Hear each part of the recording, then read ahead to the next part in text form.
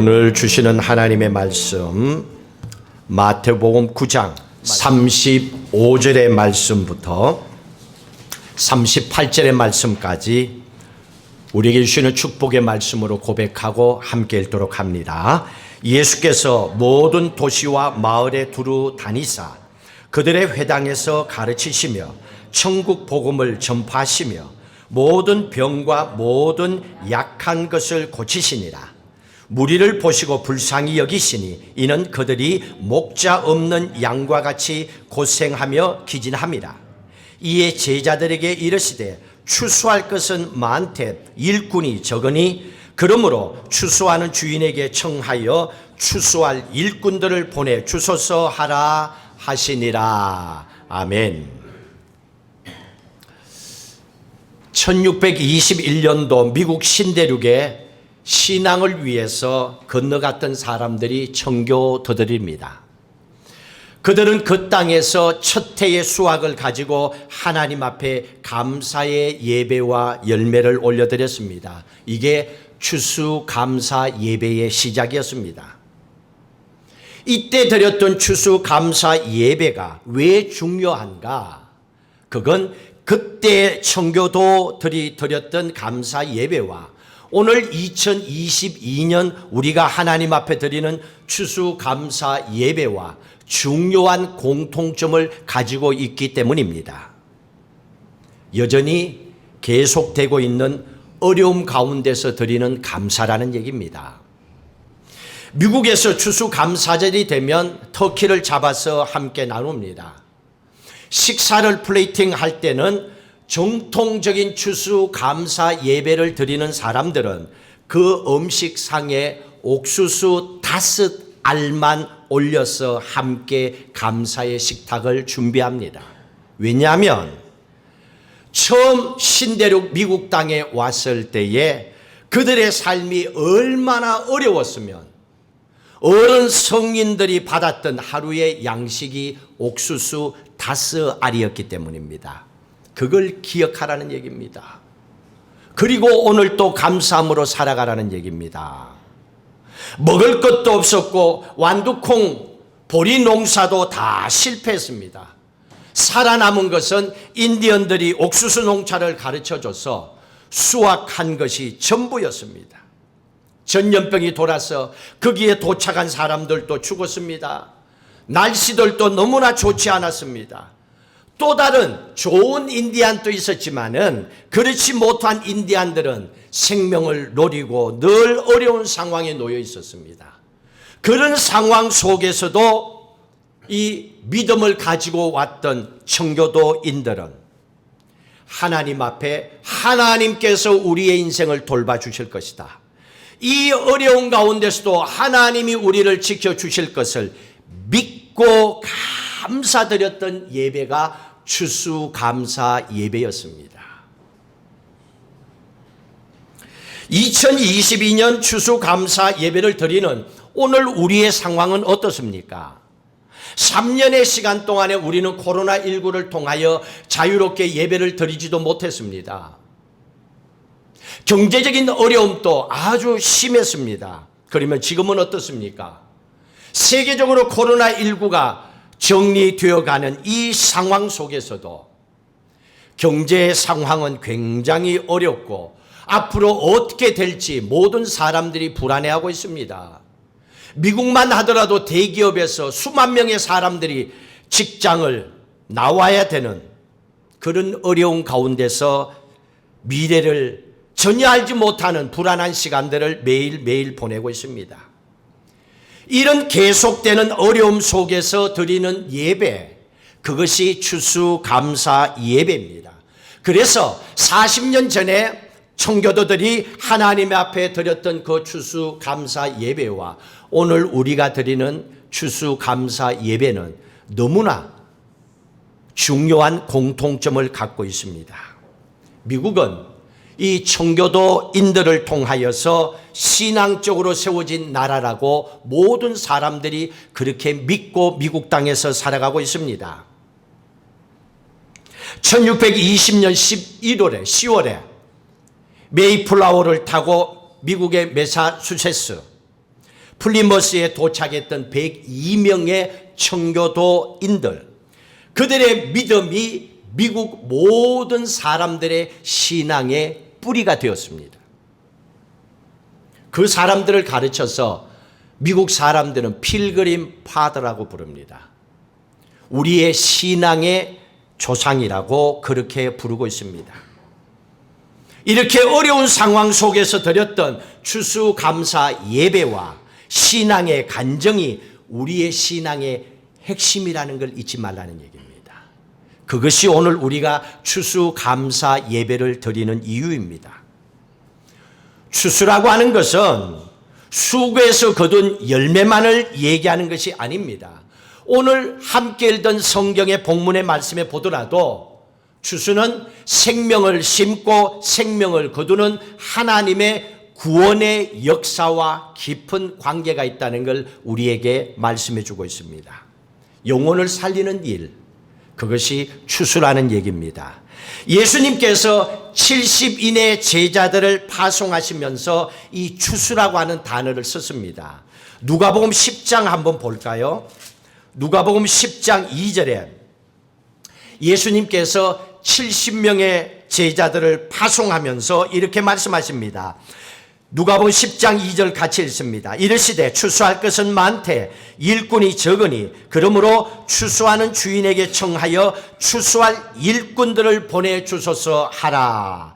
여기에서 추수는 전도를 얘기합니다. 복음을 전하고 영혼을 구원하는 전도가 추수라는 예입니다. 그래서 추수감사 예배를 드릴 때에 추수라고 하는 것은 우리가 얼마만큼 수확을 열매를 거두었느냐만이 아니라 얼마만큼 우리가 살아오면서 예수를 믿으며 기도하며 찬양하면서 한 영혼을 향하여 기도하며 그 영혼을 하나님께로 인도하고 전도하는 사명을 통하여 생명의 추수를 거두었느냐 하는 것을 돌아보라는 얘기입니다. 또 복음을 들고 우리의 주위에 있는 사람들에게 전도하는 것만이 아니라 언어가 다르고 문화가 다른 그곳까지도 복음을 들고 가서 전하고 그 영혼들을 구원하는 걸 기뻐하시는 하나님의 마음을 가지고 선교하는 것 또한 추수의 사명이라는 것을 우리에게 말씀을 해주고 있습니다.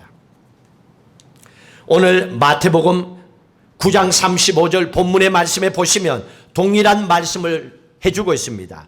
그런데 35절의 말씀에 보시면요, 복음을 전하고 예수 믿고 구원받게 하는 것만이 이 추수의 사명이 아니라는 것을 35절에서 얘기해 주고 있습니다. 좀 더 구체적으로 얘기하고 있지요. 35절을 같이 읽습니다. 예수께서 모든 도시와 마을에 두루 다니사 그들의 회당에서 뭐 하셨습니까? 가르치는 거, 이게 추수입니다. 그리고 천국 복음을 전파하는 거, 모든 병든 자를 고치는 거, 모든 약한 자들을 고쳐주는 거, 이게 다 추수입니다.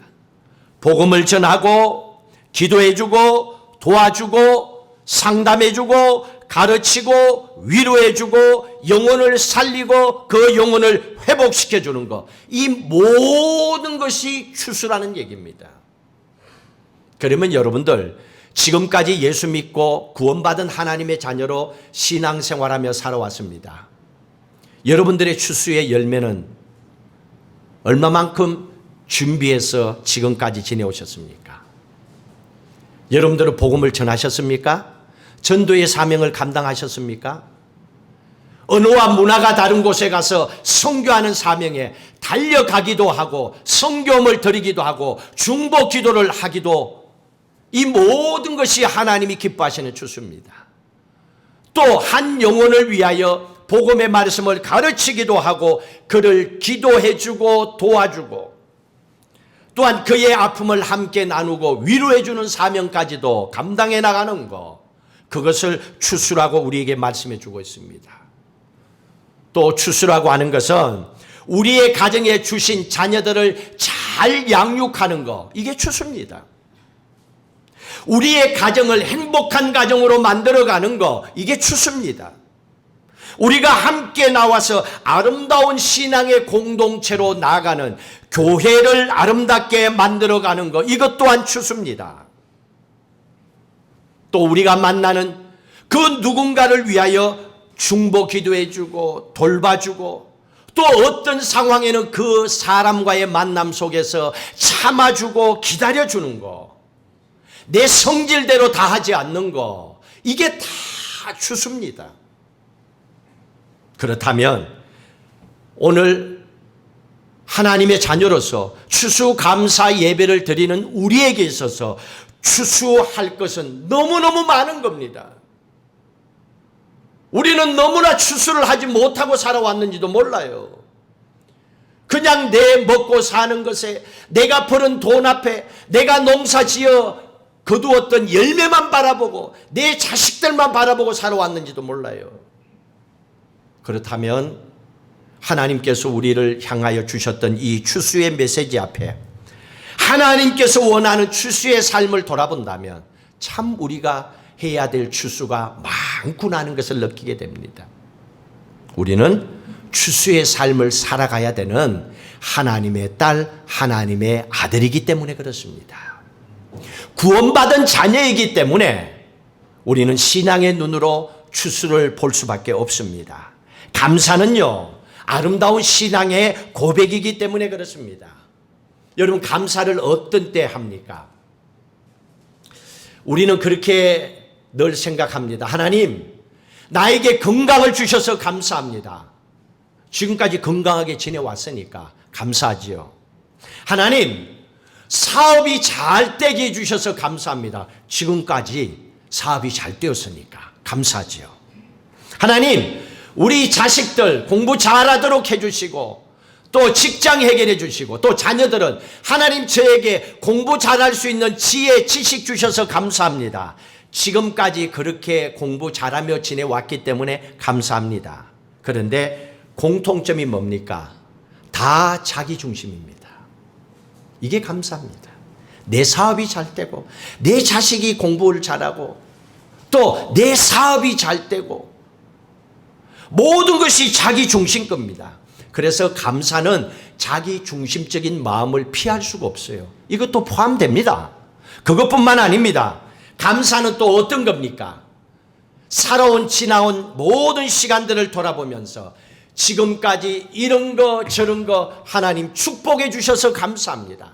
지나온 과거의 삶을 돌아보면서 하나님 앞에 감사를 올려드리는 겁니다.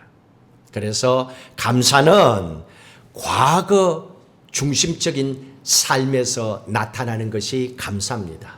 이것도 버릴 수가 없습니다. 내 안에 주신 것, 지나온 모든 것 감사해야 됩니다. 이걸로 끝나면 안 돼요. 한 가지 더 여러분들이 가져야 되는 것은 신앙적인 감사를 드려야 됩니다. 신앙의 눈을 통하여 하나님 앞에 감사하는 마음, 그러기 위해서는 자기 자신만 바라보고 살면 안 되죠. 이거는 예수 믿든 믿지 않든 모든 사람들이 감사한 일들이 있잖아요. 믿지 않는 사람들도 자식들이 공부 잘해서 사업이 잘 돼서 감사하잖아요. 이 정도 수준에서 끝나는 것이 아니라 하나님의 마음으로, 하나님의 눈으로 세상을 향하여, 우리가 가보지 아니하는 나라를 위하여, 그 많은 민족을 위하여, 마이크로네시아의 많은 영혼들을 위하여 함께 기도할 수 있고 함께 아파하고 눈물을 흘릴 수 있는 것, 이건 믿음의 눈으로 하나님의 마음으로 추수를 바라보라는 얘기입니다. 그럴 때에 오늘 예배를 드리는 하나님의 자녀들이 드리는 추수는 세상 사람들이 드리는 추수에서 끝나지 아니하는 또 하나의 비밀이 있다는 걸 말씀해 주고 있습니다. 신앙생활이 어떤 겁니까? 과거를 바라보고 살아가면 얼마나 좋아요. 근데 여러분, 과거에 은혜 받고 과거에 지금까지 살아오면서 건강했어요. 그러면 오늘 이 시간부터 앞으로 남은 인생 건강하지 않고 하는 일들이 힘들고 그렇게 살아가는 거 원하는 사람 있을까요? 아무도 없습니다. 그래서 신앙이라고 하는 것은 과거만 바라보고 사는 것이 아니지요. 신앙이라고 하는 것은 우리의 앞날의 미래를 바라보며 앞을 향하여 걸어가는 겁니다. 그게 기도입니다. 지금까지도 인도하신 에베네셀의 하나님, 여기까지도 지켜주신 하나님 감사합니다. 앞으로의 남은 우리의 미래의 모든 삶까지도 인도하시고 축복해 주십시오.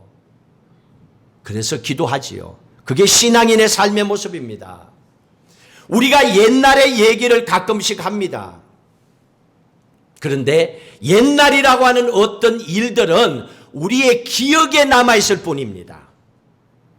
옛날이라고 하는 것은 우리의 인생의 메시지가 되지는 못합니다. 그 말씀을 통하여서 우리가 어떻게 살아가야 될지 오늘 그게 우리에게 필요하기 때문에 그렇습니다. 그래서 예수님께서도 누가복음 17장 32절에 보시면 노새철을 기억하라 이렇게 아주 짤막하게 메시지를 던지고 있습니다. 노새철을 기억하라. 창세기 19장에 나오는 롯을 얘기합니다. 그의 아내를 얘기합니다. 뒤돌아보지 말라고 얘기했는데 자기가 살아온 과거를 놓지 못해서 그걸 꽉 붙잡고 미련을 가지고 돌아보는 그 순간에 롯의 아내가 소금 기둥이 되었다는 걸 기억하라는 겁니다. 그래서 뒤를 돌아보는 거, 반성하고 돌이키는 거, 그 차원에서는 좋지만은 거기에 묶여서는 안 된다는 얘기입니다. 그래서 신앙이라고 하는 것은 앞을 바라보면서 우리의 미래를 향해 걸어가야 됩니다. 그러려면 어떻게 해야 됩니까? 하나님이 우리에게 그 꿈을 주셔야죠. 비전을 주셔야죠. 미래, 내일에 대한 꿈과 비전이 없는 사람은 항상 과거로 돌아가게 됩니다. 늘 과거만 찾게 됩니다. 그러나 하나님께서 요엘서 2장에 주신 말씀처럼 주의 영이 우리에게 임하시면 그 다음에 뭐라고 그랬습니까? 장래일을 말하고 꿈꾸고 비전을 본다고 그랬습니다. 그걸 얘기한 겁니다. 주의 영이 임한 사람들에게는 하나님께서 주시는 게 있습니다. 장래일, 내일에 대한 꿈과 비전을 하나님께서 보여주신다고 했습니다. 그래서 기도하는 거예요. 하나님께서 모든 교회 다니는 사람들에게 미래에 대한 비전과 꿈을 다 주는 게 아니에요. 모든 그리스도인들이 내일 미래에 대한 꿈과 비전을 가지고 살아가는 거 아니에요. 왜 그런 줄 아세요? 기도하지 않기 때문에, 하나님의 말씀을 붙잡고 살지 않기 때문에, 지금까지 살아온 과거의 신앙의 경험에 젖어서 한 발자국도 앞으로 나가지 못하기 때문에 그런 거예요. 그래서 우리에게 비전을 가지고 꿈을 가지라는 겁니다. 그러기 위해서 하나님의 영이 날마다 우리가 있는 삶의 현장 속에서 함께 하심을 믿고 선포하고 주시는 그 꿈과 비전을 가지고 나가라는 겁니다. 그러면 하나님께서 책임져 주시겠다는 얘기죠. 그래서 성경에서 감사에 대해서는 이렇게 표현을 하고 있습니다. 시편 136편 1절의 말씀에 보시면요, 나오죠. 앞에 여호와께 감사하라. 그는 선하시며 그 인자심이 영원한미로다. 여기에 보시면 여호와께 감사하라 명령입니다. 감사는 명령이에요. 데살로니가전서 5장 18절에도 범사에 감사하라 명령입니다. 명령은 뭡니까? 군에 가면 군인들이 명령을 내리면 무조건 지켜야 돼요. 나가면 죽는데요. 그래도 명령이 떨어지면 죽는 줄 알면서도 나가서 싸워야 돼요. 명령이다 그러면 무조건 지켜야 됩니다. 감사는 하나님이 우리에게 주신 명령이에요. 여호와께 감사하라. 그러면 하나님께 감사하면 나머지는 하나님이 책임주겠다는 약속이 있는 거예요. 범사에 감사하라. 그 어떤 상황에도 어려운 일이 있느냐, 힘들고 마음 아픈 일이 있느냐, 즐거운 일이 있느냐, 항상 범사에 감사하라. 이건 명령이에요. 그래서 감사는요, 늘 해왔던 사람들이 할 수 있는 거예요. 갑자기 감사, 그거 힘들어요. 그리고 감사는 시편 100편 4절에 보시면 감사는 하나님께 나가는 길입니다. 축복의 통로입니다. 삶의 방법이요 수단입니다. 시편 100편 4절에 감사함으로 그의 문에 들어가며 찬송함으로 그의 궁정에 들어갔어. 그에게 감사하며 그의 이름을 송축할지어다. 감사함으로 그랬습니다. 이게 길이라는 겁니다. 이게 방법이라는 겁니다. 사람들이 운전을 하다가 잘못해서 다른 길로 갈 때가 있습니다. 왜 그러냐면 길에 안내판이 있습니다. 그 길대로 닦아놓은 대로 가지 않고 가기 때문에 그렇습니다. 하나님께서 그의 문에 들어가며 하나님의 약속된 축복의 길로 들어가는 방법은 감사함으로 그랬습니다. 여러분 삶에 힘들고 어려운 문제가 있으면 그 문제가 풀려지기를 원한다면 감사함으로 주님께 기도하십시오. 그 마음이 참 중요합니다. 힘들고 어렵더라도 하나님, 이 어려운 상황 속에서도 하나님이 나를 향하여 약속된 축복의 길이 있는 줄로 믿습니다. 하나님 내 아버지가 되시니 감사함으로 나갑니다. 하나님 그 축복의 길로 나를 인도해 주십시오. 이 감사하는 마음으로 기도하라는 겁니다. 이게 방법이요. 이게 길이 돼야 됩니다. 그래서 감사는 하나님께 나가는 축복의 통로죠. 이걸 사용하라고 주신 거예요. 감사함으로 살아가라. 무엇으로.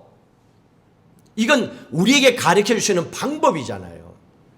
가르쳐줘도 안 하면 어떻게 할 수가 없어요. 근데 여러분 우리가 제마하더라도 어릴 적에 학교 다니면요. 구구단을 엄청 외웠어요. 근데 그걸 왜 외워야 되는지 몰랐어요. 괌에 와서 살면서 제가 한 가지 느꼈어요. 한국 사람들은요. 숫자가 굉장히 빨라요. 근데 여기 사람들은 구구단을 몰라요. 안 외워요. 그걸 왜 외워요? 근데 여기 사람들은 어떻게 하는 줄 알아요? 항상 돈을 셀 때 한 장 이렇게 해요. 여기는 여기 나름대로 방법이 있어요.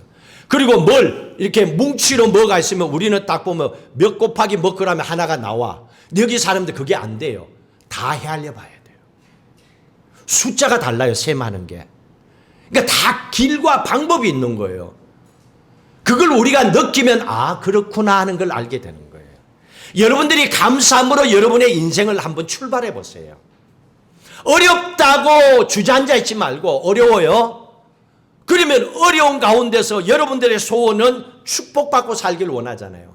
그러면 마음을 감사함으로 바꾸세요. 그리고 감사함으로 하나님 앞에 기도하며 찬양하며 나가보세요. 그리고 감사는요 결단입니다.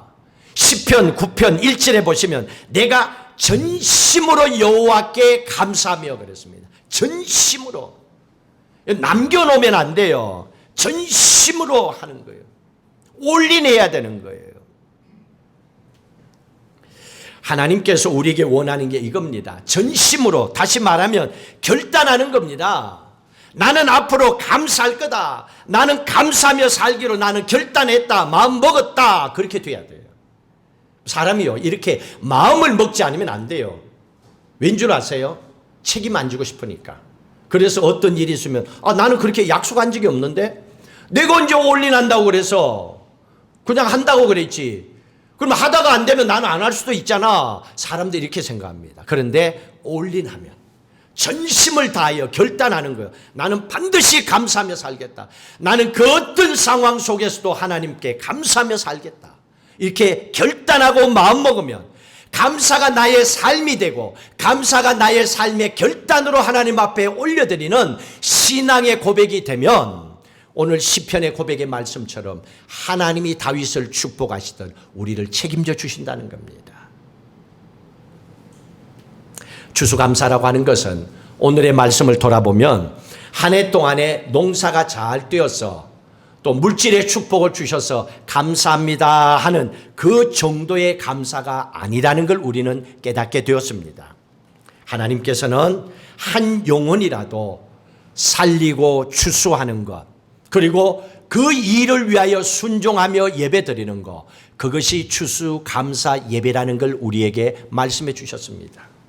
그렇다면 여러분들 주위에 하나님을 알지 못하는 영혼이 있다면 그냥 한 방에 끝내려고 하지 마세요. 교회 안 다니는 사람들, 교회 나오는 거 굉장히 힘들어요. 나와서 한 1년 다니다가도 못 다니겠다 그러고 주저앉는 사람도 많아요. 그러니까 평생을 올인해야 되는 거예요. 여러분 결혼한 사람들 보세요. 한 달만 살고 1년만 살고 헤어지겠다고 마음먹은 사람들은요, 그거 온전한 결혼이 아니에요. 결혼은 어떤 마음으로 해야 됩니까? 평생을 죽을 때까지 함께 하겠다. 함께 동행하는 사람으로 결단을 내리고 살아가야 돼요. 그래야만이 그 가정의 행복이 만들어지는 거지요. 하나님께서 우리에게 원하는 건 그겁니다. 한 영혼이라도 구원하기 위해서 한 번에 끝내는 것이 아니라 계속 물을 주듯이 계속 매일매일 농사 지은 곳에 가서 살펴보듯이 그 마음을 가지고 순종하는 마음으로 영혼을 구원하는 일에 애쓰고 수고하라는 얘기입니다. 그래서 추수감사 예배는 과거뿐만 아니라 우리의 미래를 향하신 하나님의 약속을 바라보면서 올려드리는 감사의 예배입니다. 그리고 추수감사의 예배는 우리의 마음속에서 우러나오는 감정만이 아니라, 감사는 어떤 일 때문에 너무 감사합니다로 끝나는 것이 아니라 결단을 내리셔야 됩니다. 앞으로도 그렇게 살겠다고, 힘든 상황에도 그렇게 살아가겠다고. 사람의 마음은 언제 바뀌는 줄 알아요? 뭔가 일이 잘 풀릴 때는 괜찮아요.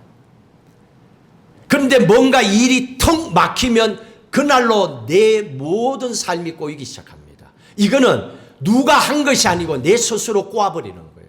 생각도 꼬이고 기도도 꼬이고 찬양도 꼬이고 모든 것이 뒤죽박죽 되기 시작하는 거예요. 그래서 기도도 못하고 안 하고 감사도 잊어버리고 지금 내 코가 석자인데 어떻게 이렇게 돼버리는 거예요. 그래서 신앙생활하는 하나님과의 나와의 관계가 들쑥날쑥하는 거예요. 하나님은 그런 우리의 모습을 알기 때문에 주시는 말씀입니다. 결단을 내려야 된다. 감사는 그 어떤 상황 속에서도 결단코 변하지 아니하고 하나님께 감사하겠습니다. 힘들고 어렵습니다. 여러분 하루하루 매일 감사하는 거 쉬울 것 같아요? 아니에요. 사람들이 왜 교만해집니까? 매일매일 주신 은혜로 감사합니다는 걸 잊어버리고 그냥 살아가니까 자기가 살아온 걸로 아는 거예요. 자기가 돈을 번 걸로 아는 거예요. 자기의 능력으로 이만큼 됐다라고 아는 거예요. 그래서 아파하고 어려운 부부가 돈 벌만 하면 가정의 아픔과 고통이 생기는 이유는 그거예요. 감사함으로 가정을 만들어 가지 않았기 때문에 그런 거예요. 하나님은 그걸 우리에게 말씀해 주고 있습니다. 아무리 어렵고 힘든 상황이 있다 하더라도 하나님께서 우리에게는 감사하는 마음을 결단하기를 원하고 계십니다. 그리고 영혼에 대하여 날마다 감사하는 마음을 가지고 축복하고 기도하기를 원하고 계십니다. 그리고 또 한 가지, 세상을 살아가다 보면 부정적인 이야기와 부정적인 사람들을 만날 때도 있습니다. 거기에 귀를 기울이지 말아야 돼요. 헐려버려야 돼요. 그리고 아무리 힘들고 어렵더라도 그 상황이 내 인생에 하나님 보실 때 아름다움이 되지 못한다면 내려놓고 감사하는 마음을 가지고 결단하고, 그래, 나는 그 어떤 상황에도 감사하기로 결단해서, 그래, 이런 상황에도 감사하리라. 저 사람 때문에 감사하고, 이 사람 때문에 감사하고, 이 일 때문에 감사하고, 저것 때문에 감사하고, 그러다 보면 그 어려운 시간이 언젠가는 사라집니다. 그리고 감사하는 시간이 옵니다. 제게도 그 시간이 왔잖아요. 10년의 시간이 지나갔어요. 드디어 저도 생활비를 받을 수 있잖아요. 감사하겠어요? 안 하겠어요? 지금은 감사해도 되잖아요. 왜? 10년의 시간이 지나갔으니까. 그 시간 속에서 10년이 언제 가느냐 그렇게 살아올 것 같아요? 아니에요. 저는 그 생각이 전혀 없었어요. 그때마다 감사하고 추수감사 때마다 그 어려운 가운데도 365일을 또 지켜주셔서 감사합니다 하고 추수감사 예배를 드렸고 예물로 하나님 앞에 헌신했고, 그렇게 10년을 추수감사 예배 속에서 하나님 앞에 결단하고 예배드렸습니다.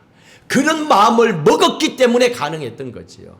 그래서 오늘 또한 새로운 2022년의 추수의 감사 예배, 1년의 감사 예배를 하나님 앞에 올려드릴 수가 있는 거지요. 여러분의 살아오신 삶에 비하면 앞으로 우리의 삶은 그렇게 길지는 않을 겁니다. 우리가 해야 될 추수가 참 많습니다. 여러분, 오늘 추수 감사 예배를 통하여서 우리 자신의 삶을 돌아보면서 하나님은 내 영혼을 사랑하신 것처럼 한 영혼을 귀하고 오늘 또 기다리고 계신다는 걸 바라보시고 축복하고 기도하시고 하나님께로 잘 인도하십시오. 그리고 앞으로 여러분 남은 인생 그 어떤 상황에도 나는 감사하며 살리라 결단하고 믿음으로 나가시기를 주의 이름으로 축복합니다. 모든 것이 은혜였음을 감사하며 하나님 앞에 찬양을 올려 드리시겠습니다.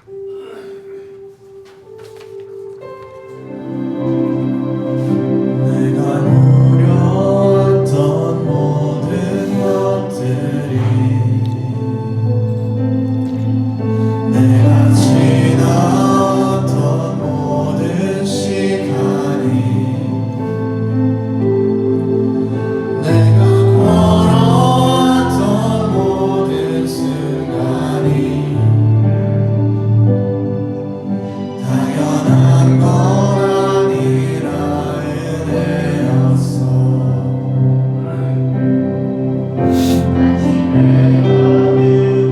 저녁의 노을 보낼 꽃향기와 가을의 열매 변하는 계절의 모든 순간이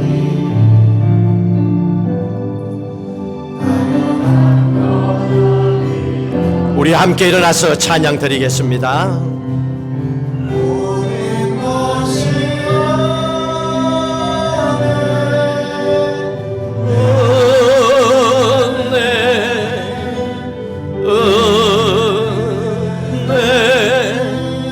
한없는 은혜 내 삶에 남겨난 것 하나도 없었던 것은 모든 것이 은혜였소.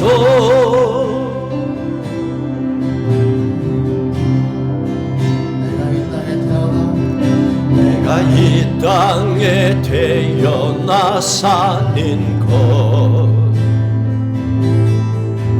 우리 나이 시절과 지금까지 숨을 쉬며 살며 꿈을 꾸는 삶 당연한 것 아니라 은혜였소.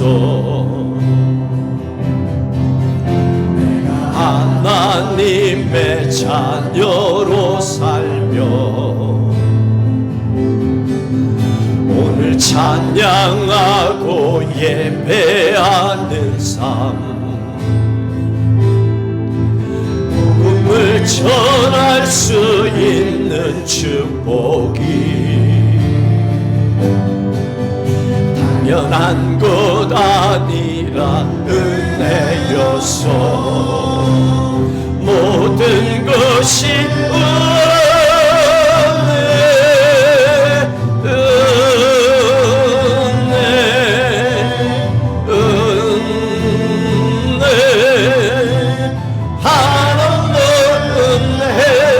내 삶에 당연한 것 하나도 없었던 것은 모든 것이 은혜였소. 모든 것이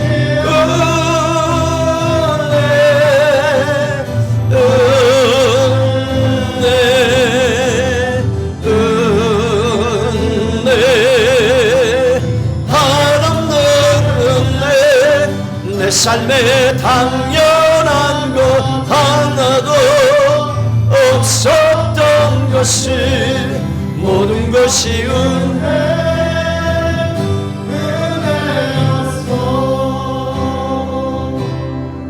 함께 기도하십시다. 모든 것이 하나님의 은혜로 살아왔음을 고백하며 우리가 해야 될 추수가 너무 많이 있음을, 그 추수를 위하여 오늘 또 하나님 나를 불러 하나님의 딸 아들 삼아 주셨음을 감사하며 성령의 충만한 은혜 가운데 하나님 주신 이 사명 잘 감당하도록 하나님 도우시고 붙잡아 주옵소서. 그 어떤 인생의 상황 속에서도 나는 감사하며 살기로 결단합니다. 주님 받아 주옵소서. 합심해서 함께 결단하고 기도하시겠습니다. 할렐루야. 하나님 아버지 감사합니다. 오늘 주셨던 약속의 말씀을 붙잡고 이제 하나님 결단하고 기도합니다. 하나님 아버지여, 지금까지 지켜주신 모든 사랑과 축복 앞에 감사합니다. 받은 은혜 감사합니다. 주신 건강 물질 감사합니다. 스라의 자녀들 가정 아름답게 지켜주시고 믿음의 공동체 교회를 든든하게 세워주셔서 감사합니다. 앞으로 아버지 하나님의 우리의 남은 삶 주의 인도하심을 따라 살아가고자 결단합니다. 영혼을 사랑하며 추수할 많은 영혼이 이 땅에 있음을 고백하며 하나님 그 사명 감당하길 원하오니 주의 성령이 충만하게 임재하여 주셔서 맡겨주신 복음의 사명을 잘 감당할 수 있도록 은혜 위 은혜를 도하여 주시옵소서. 그 어떤 상황 속에서도 하나님 힘들고 어렵더라도 감사와 기쁨이 있더라도 감사하기로 결단하게 하시고 감사하고 감사하며 살아가는 우리의 믿음이 되도록 주의 은혜를 도하여 주시옵소서. 오늘 추수감사 예배를 통하여 주님 주신 약속의 말씀을 붙잡게 하시고 우리의 삶이 더욱더 주 안에서 행복하고 건강하고 넉넉한 삶이 되게 하여 주시옵소서.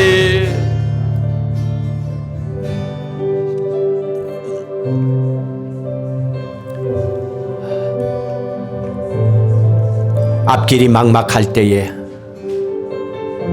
어떻게 이 문제를 해결할 수 있을까? 어떻게 하면 이 어려운 상황을 이겨낼 수 있을까? 어떻게 하면 이 아픈 병을 치료받고 건강하게 더 오래오래 감사하며 살아갈 수 있을까?